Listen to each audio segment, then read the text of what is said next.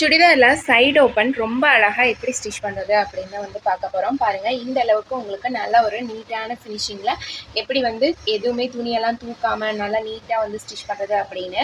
இதோட பேக்லேயும் பாருங்கள், நமக்கு இந்த மாதிரி ஃபினிஷிங் வந்துடும். எப்படி ஸ்டிச் பண்ணுறதுன்னு பார்க்கலாம். ஃபர்ஸ்ட்டு வந்து பார்த்தீங்க அப்படின்னா, இந்த சைடில் வந்து நான் சுடிதாரில் 4 ஸ்டிச்சஸ் வந்து போட்டிருக்கேன். 4 தையல் வந்து போட்டுட்டு எக்ஸ்ட்ரா இருக்கிற கிளாத் எல்லாமே நான் வந்து கட் பண்ணி விட்டுட்டு, இந்த இடம் தான் நம்ம வந்து ஓப்பன் விடுறதுக்காக விட்டுருக்கிற இடம். அந்த இடத்த சரியாக வந்து இந்த மாதிரி வந்து மார்க் பண்ணிக்கோங்க. நான் இந்த மாதிரி மார்க் பண்ணிட்டு சின்னதாக கட் கொடுத்துட்றேன்.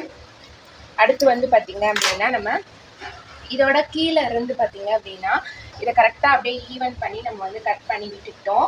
இதில் நீங்கள் எங்கேயுமே கட் கொடுக்கவே வந்து தேவையில்லை, இதே ஷேப்லேயே இருக்கட்டும்.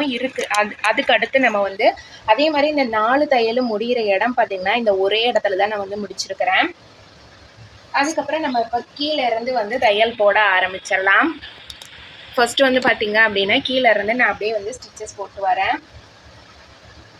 இந்த 2 சைட்லேயுமே ஒவ்வொரு இன்ச்சு எக்ஸ்ட்ராவாக இந்த மாதிரி மடித்து தைக்கிறதுக்காக நான் வந்து விட்டுருக்கேன். அந்த அளவில் நான் இப்போ மடித்து ஸ்டிச்சஸ் போட்டு வந்துக்கிறேன். கீழே இருந்து மேலே வரையும் அப்படியே வந்து கரெக்டாக கொண்டு வந்துடுங்க. இந்த சைடு வரும்போது இதை நம்ம அப்படியே 2ஆக வந்து பிரிச்சுடுறோம்.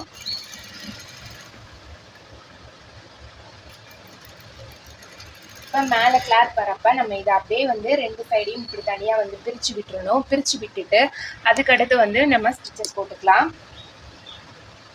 இப்போ பாருங்கள், இதை நான் வந்து இந்த மாதிரி கரெக்டாக வந்து எடுத்து வச்சுட்டு மேலே அப்படியே ஒரு 1/2 இன்ச்சுக்கு மட்டும் கொண்டு வந்துடுறேன். நம்ம இந்த மார்க் பண்ணியிருக்கோம் இல்லைங்களா, இந்த இடத்துல இருந்து எக்ஸ்ட்ராவாக ஒரு 1/2 இன்ச்சுக்கு மட்டும் மார்க் பண்ணிவிட்டு இந்த சைடும் நம்ம அப்படியே வந்து இதை ரொட்டேட் பண்ணிக்கலாம்.